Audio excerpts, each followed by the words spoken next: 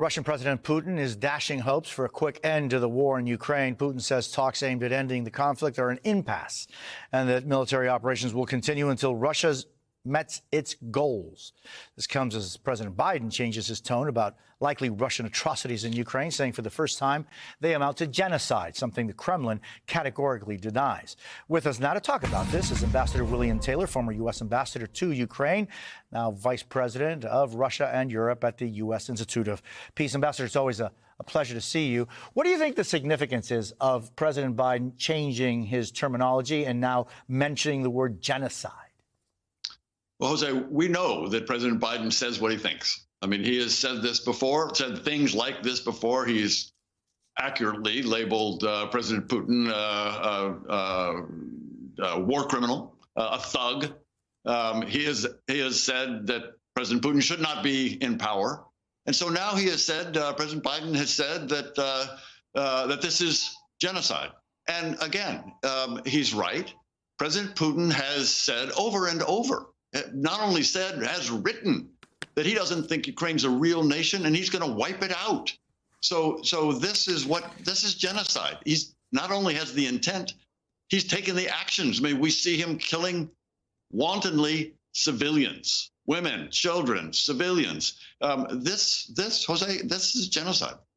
And so what does the fact that the president of the United States label it as such, does it change anything? For example, how the United States supports the people of Ukraine? In what ways does the United States maybe get more involved? Is that a possibility because of the change? Jose, we have seen just over the last 2 days, yesterday and today, another increase in the flow of weapons. We're talking about another $750 million of weapons, which I imagine will be useful in the eastern part of the country. That is, the drones are now necessary to take on the tanks across these broad open fields. So that's what labeling a genocide has done. It is, if it's needed, another increase in intensity, another increase in the levels of our support and the commitment that we've got to defeating Putin and to supporting the Ukrainians. President Zelensky has said, you know, it's a true leadership, that President Biden exerted true leadership when he spoke the truth about this genocide. So it focuses on Ukraine. It focuses the U.S. policy and the U.S. actions, probably NATO actions, European actions as well. And it sends a message to the Ukrainians that we are with them. And the message could be, for example, sending Mi-17s, Mi-24s, or those MiGs that Poland is willing to give and that so far have not been given. That would certainly, those kinds of armaments would certainly have a direct impact on this genocide maybe not being carried out. Absolutely. The way to stop genocide is to stop Putin. He needs to be defeated. He needs to be defeated in eastern Ukraine. He needs to be defeated wherever he tries to attack. That's the way to stop genocide. And these weapons that you just described, Jose, and others, again, armed drones, I think, are going to be very effective against those tanks coming across the steppe, coming out of Russia into Ukraine and to the west. Those drones and those other weapons that you just described, that's what's necessary.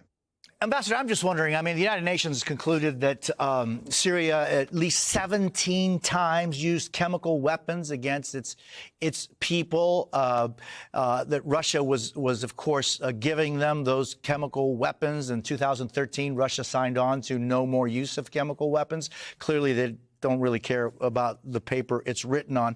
I'm just thinking there's been so many incidents in the world where genocide or atrocities have been carried out. I'm thinking of Srebrenica in 1995. And yet there was very little reaction to that. Why is it that it's taken so long for the world to see when genocide occurs that it's occurring? There's no excuse. You're exactly right. When there's a genocide, the world must react. And the way to react right now is to defeat the person who is generating that genocide, and that is President Putin. So the world does have to react. The world should have learned from these others. We know that the world was not able or willing to intervene to prevent those genocides. Now we are willing. Now we are helping the Ukrainians as much as we can to stop the Russians and to stop this genocide.